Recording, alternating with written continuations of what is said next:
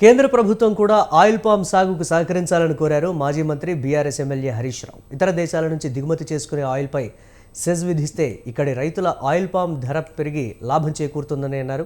సిద్దిపేట జిల్లాలో నంగునూరు మండలం నర్మెట గ్రామంలో నిర్మిస్తున్న పామ్ ఆయిల్ ఫ్యాక్టరీ పనులను హరీష్ రావు, ఆయిల్ ఫెడ్ అధికారులు, స్థానిక ప్రజాప్రతినిధులు పరిశీలించారు. అత్యాధునిక టెక్నాలజీ, అన్ని వసతులతో కూడిన ఆయిల్ పామ్ ఫ్యాక్టరీని నర్మెటలో నిర్మిస్తున్నట్లు హరీష్ రావు తెలిపారు.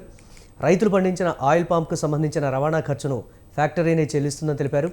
మెట్రిక్ టన్నుకు కనీసం 15,000 రూపాయలను కేంద్రం ఇచ్చేలా ఒత్తిడి తెస్తున్నామని తెలిపారు. ఎత్తివేయడం ద్వారా విదేశాల నుంచి పెద్ద ఎత్తున పామ్ ఆయిల్ నూనె మన దేశంలోకి వస్తూ ఉంది. అందువల్ల మన రైతులకు నష్టం జరుగుతూ ఉంది.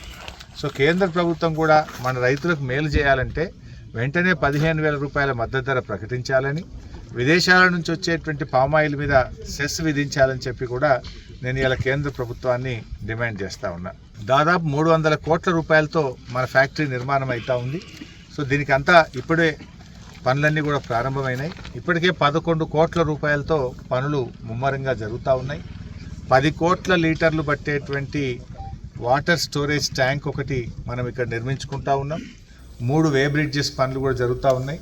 చుట్టూ కాంపౌండ్ వాల్ పనులు జరుగుతూ ఉన్నాయి.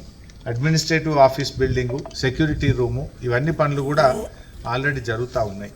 త్వరలోనే మెకానికల్ పనులు కూడా మరి ప్రారంభం చేసి ఫ్యాక్టరీ నిర్మాణాన్ని